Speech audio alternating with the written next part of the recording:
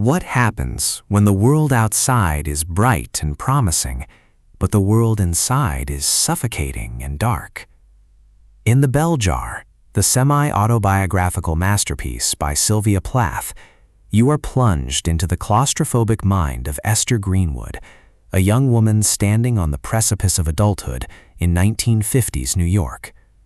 This isn't just a coming-of-age story, it's a harrowing, poetic, and unflinching examination of mental illness, societal expectations, and the terrifying loss of self.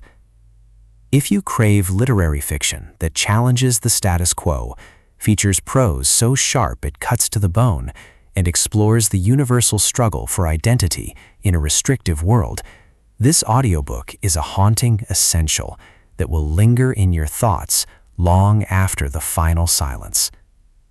The narrative follows Esther, a brilliant and ambitious college student who has won a prestigious internship at a fashion magazine in New York City. On the surface, she has everything a young woman of her era could want: intelligence, beauty, and opportunity. But beneath the gloss of magazine spreads and cocktail parties, Esther feels a profound sense of detachment and despair. She watches the lives of others with a critical, alienated eye, unable to connect with the superficiality around her or find a path that feels authentic to her own desires. As the summer progresses, her mental state deteriorates, leading to a spiral of depression, insomnia, and eventually a suicide attempt. The bell jar of the title becomes a powerful metaphor for her condition, a stifling glass container that traps her in her own distorted reality, separating her from the air and life of the world outside. Sylvia Plath writes with a visceral, poetic intensity that captures the texture of depression with terrifying accuracy. Her prose is lucid yet dreamlike, filled with striking imagery and dark humor that underscores the absurdity of the social roles imposed on women. You can feel the heat of the New York summer, the coldness of institutional care, and the crushing weight of expectation. The pacing is internal and psychological, mirroring Esther's fragmented thought processes. There are no traditional plot twists. Instead, the tension arises from the slow, inevitable unraveling of her psyche. Plath does not romanticize mental illness. She presents it as a raw, painful, and isolating experience that defies easy explanation or cure.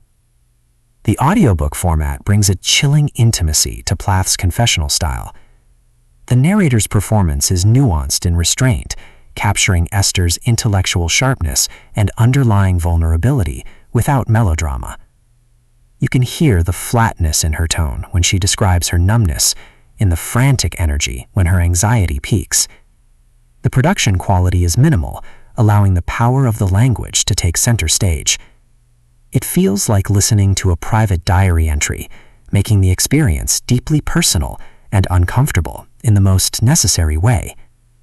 The silence between words becomes as significant as the words themselves, emphasizing the isolation Esther feels. The Bell Jar explores heavy themes, such as gender roles, the pressure of perfectionism, and the stigma surrounding mental health. Plath critiques the limited options available to women in the 1950s, showing how the choice between career and family, or independence and conformity, can feel like a trap. Esther's struggle is not just with depression, but with a society that refuses to see her as a whole person. Her journey through various treatments, including electroshock therapy, highlights the often brutal and ineffective methods of the time.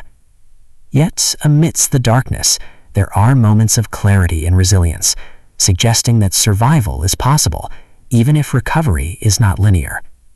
The supporting cast, including Esther's mother, her friends, and the doctors who treat her, serves to highlight her isolation. They are often well-meaning, but fundamentally unable to understand her pain, reinforcing the theme of miscommunication and disconnect. The plot moves from the glamour of New York to the sterility of hospitals, and back to the quiet of her hometown, reflecting the cyclical nature of her struggle.